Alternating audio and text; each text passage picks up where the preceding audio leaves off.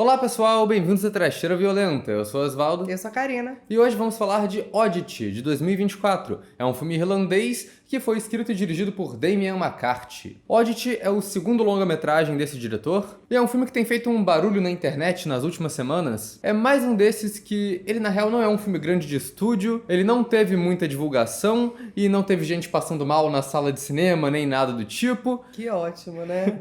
É um filme independente de terror, que a galera tá comentando só porque achou ele bastante assustador mesmo. Acontece de vez em quando. E eu acho que é isso, né? É um filme bem simples, nem tem muito o que falar aqui nessa introdução. Eu vou te falar que fazia um tempinho que eu não ficava tensa vendo um filme de terror. No bom português, que eu tive um cagaço vendo um filme de terror. Eu acho que a última vez que eu tive uma sensação parecida com um filme recente foi com Cobweb, ano passado, antes dele virar presepada, né? No começo, que é só a tensão ali da criança. Cobweb, também conhecido como Toque, Toque, Toque, Ecos do Além. Aí o filme não se ajuda, né? E eu vi uma galera comentando sobre o Oddity nos últimos vídeos aqui da Trecheira e a gente pegou pra assistir, né? Eu achei um filme meio doido, assim, do tipo... Ele tem umas ideias diferentes e ele também é um pouco conceitão das ideias. Talvez é o filme mais que a galera tava achando que Longlegs ia ser e não foi. Mas que no geral eu curti bastante o Oddity também. Acho que é um filme muito bem feito e que consegue tirar muita tensão de cena que não mostra muita coisa. Eu já adianto que Oddity é exatamente o tipo de filme que eu gosto. Porque tem uma tramóia humana ali misturada no sobrenatural. Tem uma narrativa ali super envolvente, cheia de reviravolta e um mistério que você quer saber o que aconteceu, o que vai acontecer e vai se desdobrando. E eu amo, fiquei super envolvida, eu amei. Mas antes de falar mais do filme, vou pedir pra vocês se inscreverem no canal se vocês não forem inscritos ainda. Comentem aí embaixo se vocês já assistiram Oddity, o que vocês acharam desse filme. Deixem outras recomendações de filmes pra gente falar aqui no canal também. E acompanhem a gente nas redes sociais, os links estão aí embaixo na descrição do vídeo. Se você gosta do nosso trabalho aqui na Trecheira, seja membro. Quando você é membro, você ganha acesso a conteúdo exclusivo, escolhe uns filmes que a gente fala aqui no canal através de votações e também apoia a gente, que é sempre muito importante, né? Então é isso e vamos pra trama. Esse é um filme que é meio difícil falar a trama sem dar muito spoiler. Mas dá pra dizer que Oddity acontece quando essa mulher chamada Dani, casada com um médico psiquiatra chamado Ted, tá lá renovando um casarão isolado no meio do mato que eles acabaram de comprar. Mais uma noite, a casa é invadida e ela é assassinada. Um ano depois disso, o Ted tá morando nessa casa com a nova namorada dele, mas aí chega a Darcy, que é a irmã gêmea cega e médium da Dani, pra passar uma noite nessa casa com eles. E a Darcy foi pra lá com o objetivo secreto de usar as habilidades psíquicas dela pra descobrir o que aconteceu com a irmã dela um ano antes. Esse é um filme bem irlandês, do tipo, dá pra ver isso logo no começo, com um monte de paisagem dessas bem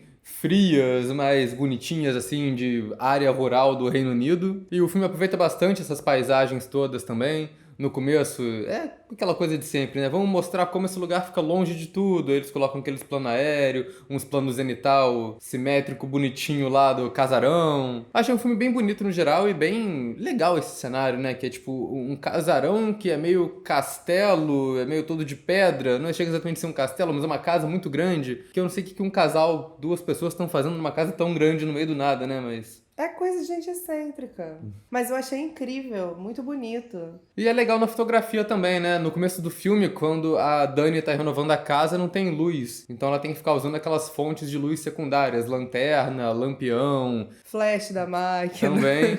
E acaba que tem esse contraste muito forte ali, né? Que é uma escuridão, um breu total com os pontos de luz de interesse ali. Que fazem uma fotografia bem bonita, uma fotografia sombria legal. E assim, eu acho que o filme ele tem seus altos e baixos, que às vezes ele engata muito, às vezes ele para e fica um tempo respirando ali, talvez até demais. Mas o Damien McCarthy é muito bom em construir cenas de tensão muito fortes. E eu acho que às vezes o filme ele funciona mais tipo como uma sequência de curtas de terror do que quando ele tenta costurar tudo numa trama. Mas eu acho que tem uma identidade entre esses curtas de terror que todos eles são esquisitos. Sim. Ele é esquisito desde a primeira cena, você já fica... Tem uma coisa bizarra acontecendo ali. E ele vai nessa até o final. Não, e é legal porque essa primeira cena é uma introdução muito forte pro filme, que é igual eu falei, já daria um curta de terror viral no YouTube por si só. Que é toda uma questão de um dilema ali que não tem nem sobrenatural na história ainda. É a Dani sozinha em casa de noite, aí bate na porta, tem um cara esquisito do lado de fora falando: entrou um cara aí dentro e tá com você tá em perigo. E aí ela acredita no cara esquisito ou não, e ao mesmo tempo o cara é esquisito, mas ele parece estar se cagando de medo ali do lado de fora, né? Então ele parece acreditar no que ele tá falando. Então é uma situação muito tensa, assim. É o tipo de situação que é legal de ver, porque é muito essa coisa da escolha. Você acredita no cara ou não? Você abre a porta ou não? E é muito fácil você se colocar numa situação assim.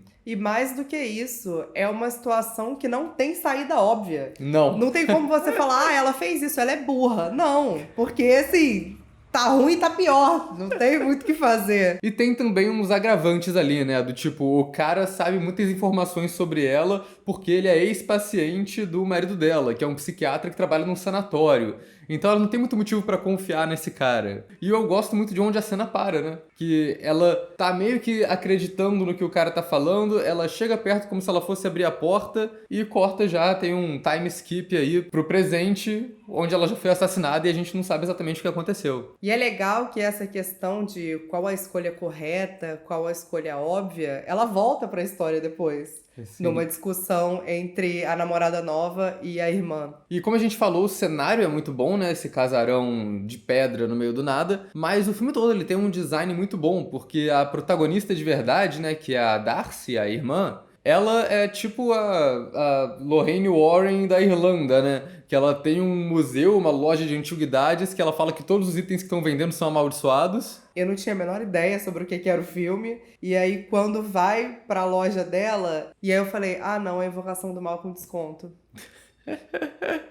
Mas não era. Mas é maneiro isso, que aí você tem essa loja de antiguidades com um design muito bom, com muito item esquisito ali. E aí você tem a fachada da loja, você tem os fundos da loja, que é pra onde ela vai depois, que é onde fica implícito que estão as coisas amaldiçoadas de verdade, né? Que aí tem uma estante com um monte de coisa. Tem até aquele macaquinho com os pratos, né? Igual o do conto do Stephen King, que vai virar filme também. E aí ela tem esse baú enorme, que tem alguma coisa esquisita dentro, que ela leva com ela pra casa lá do médico psiquiatra onde a irmã morreu. E a direção do McCarthy é muito boa em construir esse suspense. Primeiro que ele demora bastante pra mostrar o que tem no baú, que os personagens abrem e ficam comentando sobre o que tá lá dentro, mas a câmera nunca mostra, nunca tem esse plano de detalhe ali. Quando a protagonista tira de dentro do baú, é um boneco de madeira em tamanho real, um manequim bizarro, e que, de novo, a direção demora muito pra mostrar a cara dele claramente pra gente. Eu fiquei apavorada com esse boneco.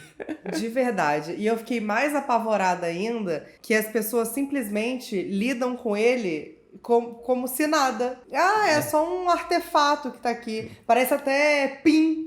Esse grande filme. Sim, eu lembrei do Pin também. Que falamos dele nos primórdios do canal. Mas o bicho ele tá com uma expressão de terror, de grito constante, né? Que é um batalhado de madeira. E o boneco, nesse começo do filme, ele não aparece se movendo especificamente, mas toda hora que os personagens olham pra ele tá numa posição diferente. E a mulher, né, a Darcy, fala que ela não tá movendo o bicho. E todo mundo ignora. Mas aí também, a Darcy tem energia de doidinha.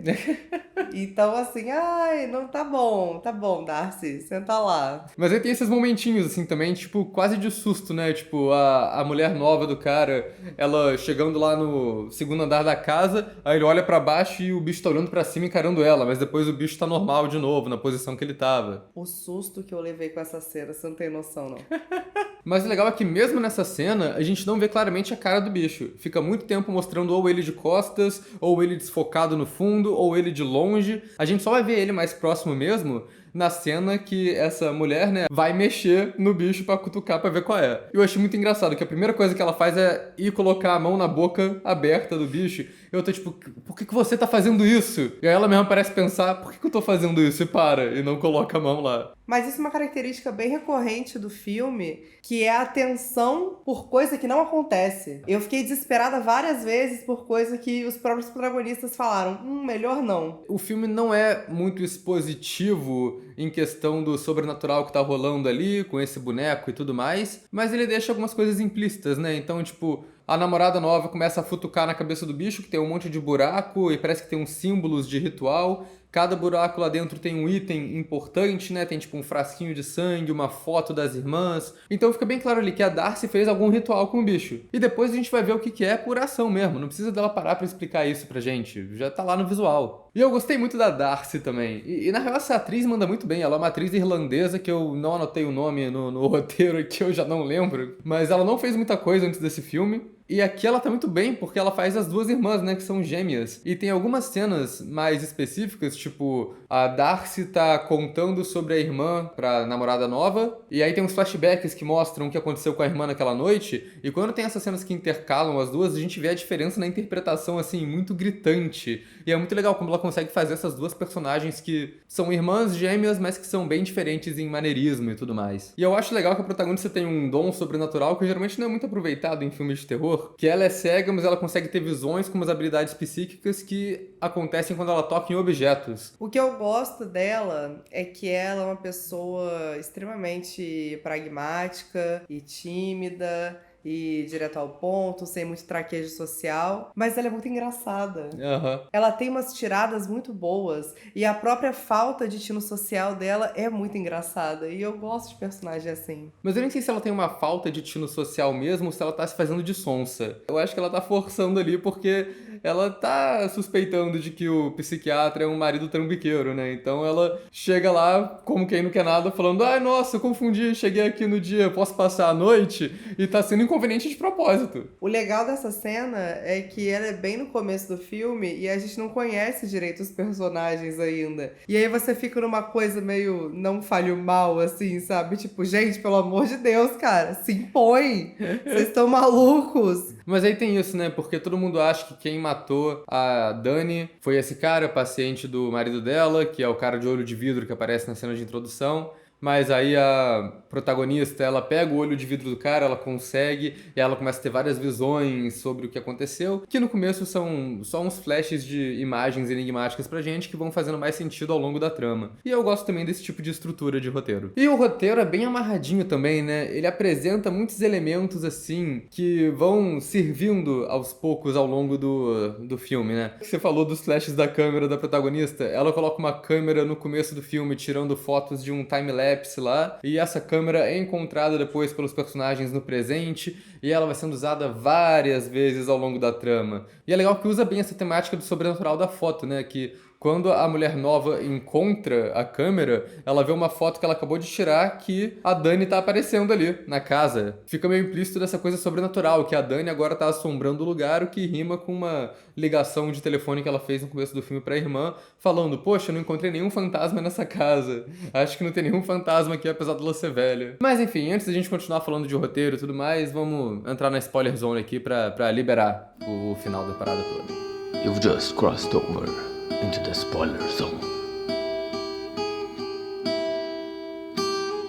Lá pra metade do filme, a protagonista revela uma parada que eu já tava suspeitando desde o começo, né? Que o cara do olho de vidro que tava avisando a protagonista tava falando a verdade. A gente vê um flashback que mostra a conclusão da cena inicial e que de fato tinha um assassino num visual meio slasher, né? Com uma máscara esquisita e uma roupa toda preta, que invadiu a casa da irmã e que matou ela naquela noite. Diga-se de passagem, a cena que tem essa revelação eu achei tensíssima. Uhum. Levei um susto do cacete quando apareceu aquilo. Fazia tempo que eu não ficava assim. A protagonista então diz que o assassino não é o cara do olho de vidro, e sim um enfermeiro bizarro que tem lá no sanatório, que é um cara meio dodói das ideias. Mas é claro que tem uma virada final, e eu achei essa virada muito óbvia. Quem mandou matar a mulher foi o próprio marido dela, o psiquiatra Ted. É porque eu acho que quando revela o comparsa, fica mais fácil você já perceber. Porque qual a motivação do comparsa, né? Ah, obcecado pela mulher, mas, sei lá, mais fácil o marido dela tá envolvido na tramóia. Ah, não, mas eu suspeitei dele desde a primeira cena dele. Porque ele fala alguma coisa do tipo, ele tá conversando com a mulher no telefone, e a mulher fala: ai, você devia falar pra minha irmã pra ela continuar indo no médico, né? Aí ele fala: ah, tudo bem, eu posso bancar o vilão de vez em quando. Eu falei: esse filho da puta meteu essa frase aqui fora de contexto porque ele é o vilão do filme. Tenho certeza. E aí não deu outra. Ah, Val, mas aí também você tá indo muito atento. Ah, Não pode ir tão atento assim. é entendeu? sutileza de roteiro.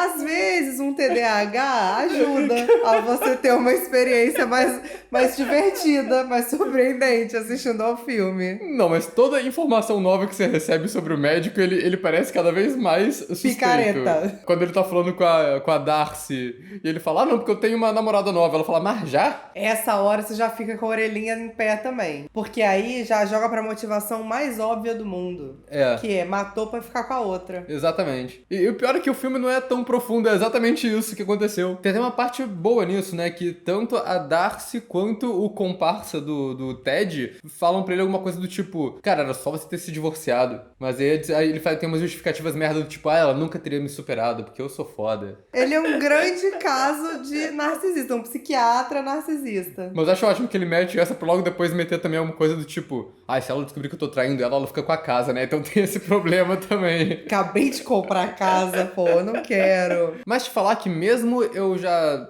tendo sacado que esse cara ia ser o vilão desde o começo, eu acho que o filme ainda consegue manter um mistério, porque essa parte de quem matou a Dani, pra mim, era parte, tipo, é óbvio, não tô nem aí. Eu queria saber qual era do que a Darcy tava fazendo, qual era da porra do boneco de madeira, sabe? Que isso, pra mim, é onde tá a parte mais tensa do filme, a parte mais interessante. Acaba que o que a gente mais quer saber é aonde que o sobrenatural entra nessa história. É, sim. Porque história de assassinato a gente vê um monte por aí. Mas tem um boneco de madeira sentado no meio da sala, um monte de bizarrice acontecendo.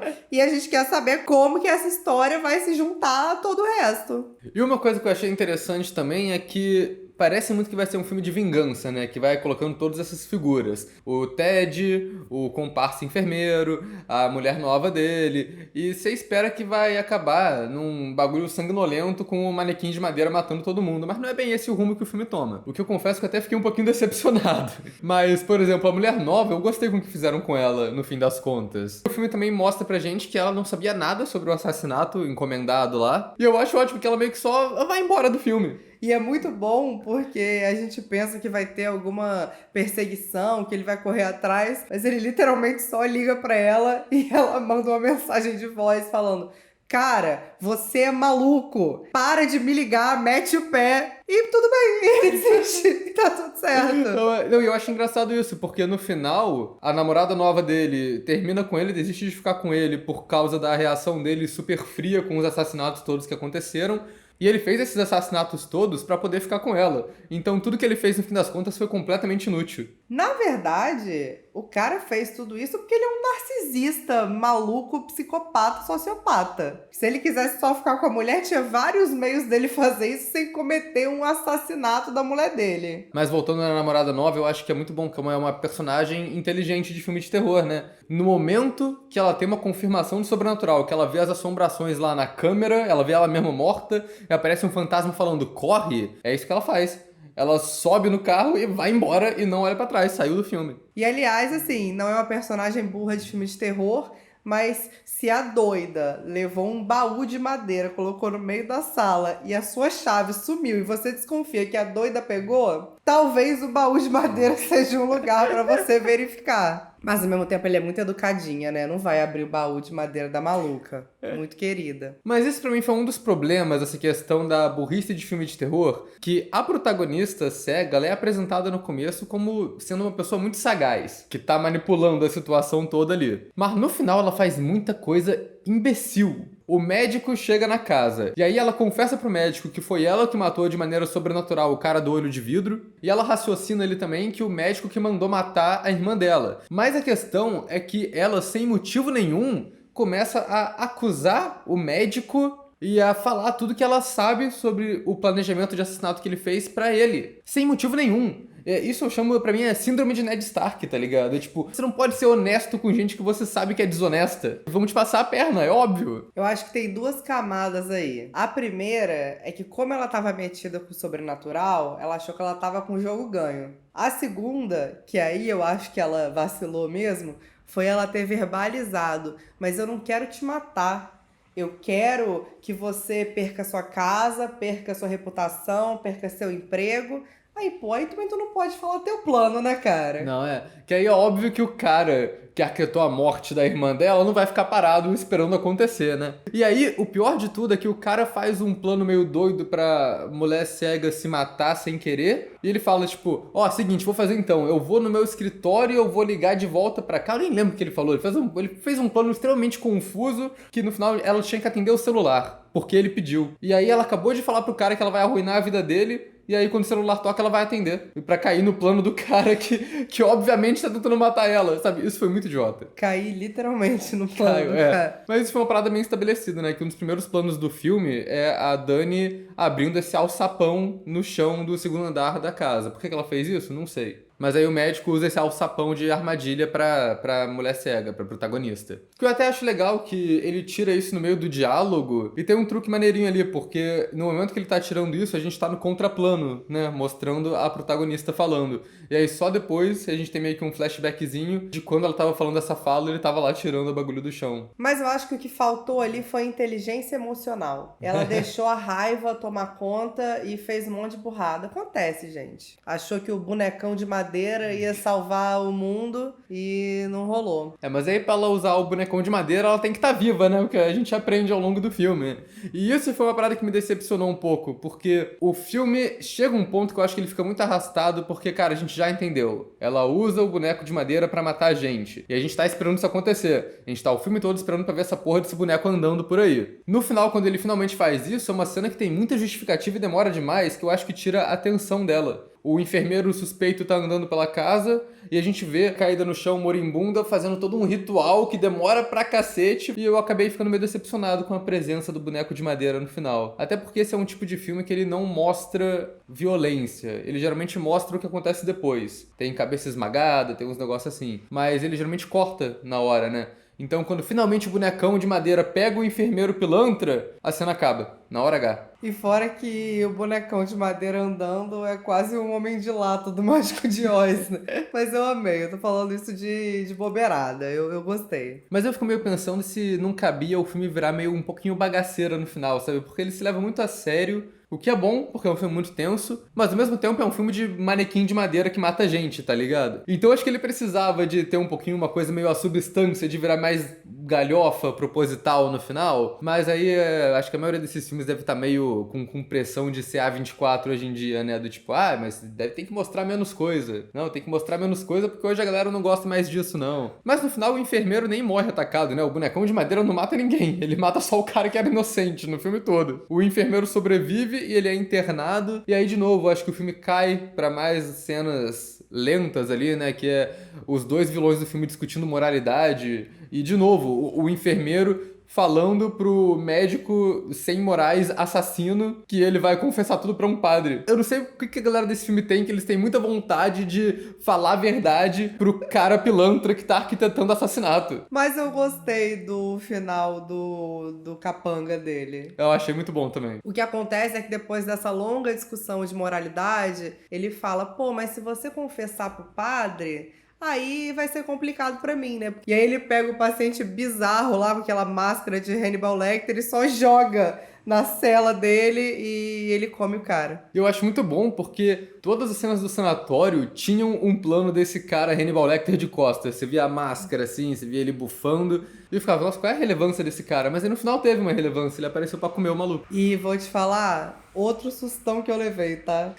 Que ódio dele aparecendo na beira da cama ali. Mas pra mim o filme compensou tudo com a cena final, que eu acho que pra mim foi a cena mais tensa do filme todo. Muito boa. E é um preparo legal também, né? Que o médico, o vilão da história, ele não encontra o sobrenatural em momento nenhum e ele desde o começo é estabelecido como esse cara cético. Ele fala lá na loja de antiguidades amaldiçoadas que, eu acredito só em lógica e ciência. Mas a questão é que ele relativiza tudo que as pessoas falam pra ele como doideira, como alucinação, ele não acredita em nada sobrenatural. E no começo a Darcy apresenta pra ele esse item, que é o sininho de hotel, que ela fala que é assombrado e que todo mundo que toca aquele sininho morre porque aparece o cara do hotel zumbi e mata eles. E no final, quando o vilão acha que ele venceu, que matou todo mundo e ninguém mais sabe dos crimes dele, chega esse sininho enviado lá pelos correios pra ele, que a Darcy pensou como um tipo de plano B ali, né? E o cara, ele é cético e ele toca o sininho só de birra, só pra provar que não vai acontecer nada porque ele não acredita no sobrenatural. E aí é uma cena muito tensa, que demora muito tempo, só planos da casa, planos meio ponto de vista como se estivesse chegando perto dele, mas não tem nada. E é aquela coisa, né? O cara é cético, mas tocou o sininho, ficou desesperado, olhando pelos cantos, procurando. E aí, quando ele finalmente dá o sorrisinho dele de era tudo mentira mesmo, eu sou o fodão da ciência, troca pro plano aberto e o zumbi, carregador de mala, tá parado atrás dele e o filme, acaba. Cara, bom demais. Não, eu acho muito bom porque era muito fácil eles só terminarem com um jump scare do zumbi aparecendo pulando em cima do cara. Mas não, é literalmente essa imagem macabra do zumbi ali atrás dele, esperando ali pronto pro bote e acabou o filme. Mas é aquilo, né? A diva que tava planejando a vingança dela, que queria que o cara, reputação e não sei o quê, deixou tudo nas costas do plano B. Né? Falou assim, deixa pro zumbi resolver, tá tudo certo. Ela podia só ter mandado esse negócio pro cara desde o começo e só deixar ele morrer sem precisar sair de casa. Mas aí ela queria causar, né? Mas no final eu gostei bastante de Oddity. Achei um filme bem original, muito bem filmado e muito tenso mesmo. Eu adorei Oddity. Foi porque realmente é o tipo de filme que eu gosto de ver. Eu fiquei super envolvida na história. Pra mim passou rapidinho. E, mais uma vez, foi um filme que me deu medo, cara. Eu fiquei assim, fiquei tensa, fiquei nervosa. Qual categoria você coloca, Karina? Ai, notável. Eu não sei se eu coloco em notável ou em muito bom, mas eu acho que eu vou mais pra notável. Muito bom tá em cima de notável? Tá. Então eu vou no muito bom. Então é isso.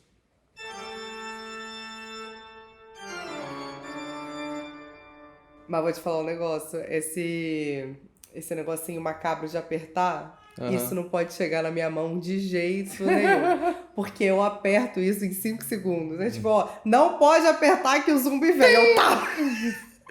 Não pode apertar, já tô...